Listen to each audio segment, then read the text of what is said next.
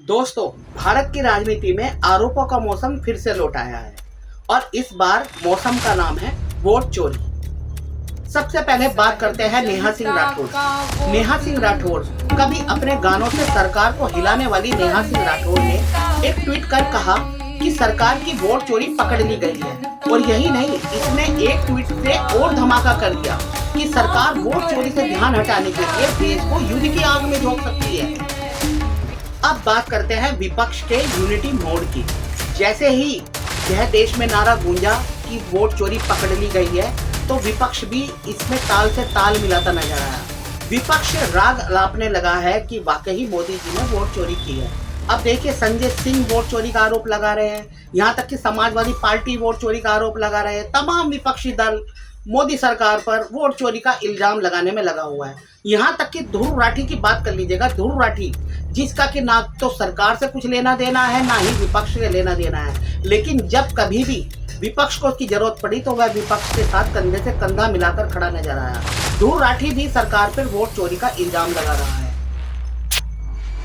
अब मैं अपने इस वीडियो के माध्यम से तमाम विपक्षी पार्टियों को कहना चाहता हूं कि आपका यह नारा, जिसमें आपने चुनावी चोर का नारा दिया है, यह भी आपका चौकीदार चोर है की तरीके से हिट हो गया है। पूरे देश में चुनावी चोर का नारा तमाम गूंज रहा है। लेकिन जैसे चौकीदार चोर है की हवा निकल गई थी, ऐसे ही आपके इस नारे चुनावी चोर की भी हवा निकल गई है।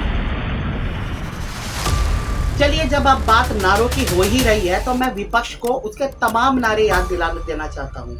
कभी आपने कहा था कि मोदी सरकार ने लाल किला बेच दिया, कभी कहते हैं ताजमहल बेच दिया, कभी कहते हैं रेलवे स्टेशन बेच दिया, कभी चौकीदार चोर है, कभी राफेल घोटाला। तमाम नारे आपने लगाए सरकार पे, लेकिन सबूत किसी भी आरोप का आप कोर्ट में नहीं दे पाए। उल्टा कोर्ट में जाके आपने इन आरोपों के सबूत के अभाव में कोर्ट में जाकर आपने माफी मांग ली। यह तो वही बात हो गई ना कि आपने नारा भी वीआईपी दिया और कोर्ट में जाके वीआईपी की तरीके से आपने माफी भी मांग ली, लेकिन सरकार पे कोई भी दाग लगाने में आप लोग कामयाब नहीं हो पाए।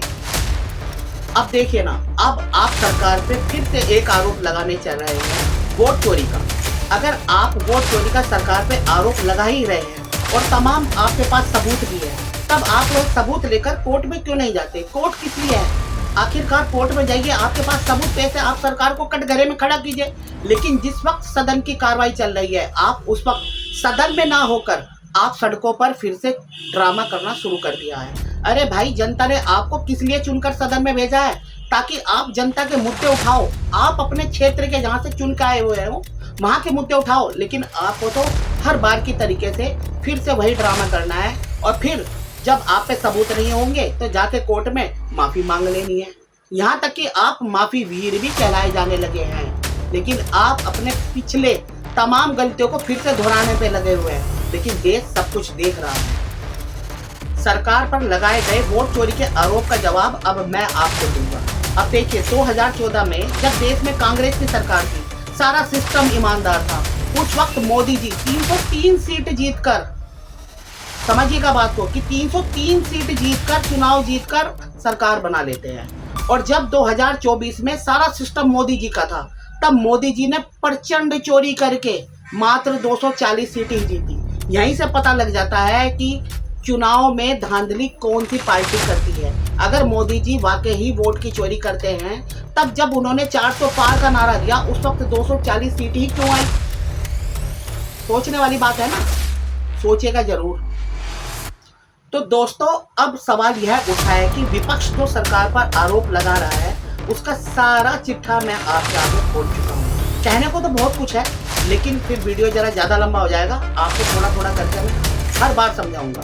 लेकिन क्या आप सरकार को वाकई वोट चोर समझते हैं? इस वक्त जब देश फिर से युद्ध के मुहाने पर खड़ा हो रहा है, जब अमेरिका अपने जाल में हमारे देश को फांसना चाहता है, किसानों को लूटना चाहता है, तब मोदी सरकार सीना चौड़ा करके विरोधियों के आगे खड़ी हो गई है। लेकिन सरकार को बदनाम करने के लिए फिर से विपक्ष अब सरकार को घेरने की तैयारी कर रहा है। लेकिन अब आप चाल समझिएगा कि जब देश को पूरे विपक्ष की जरूरत है, वह सरकार पे आरोप लगाने पे व्यस्त है।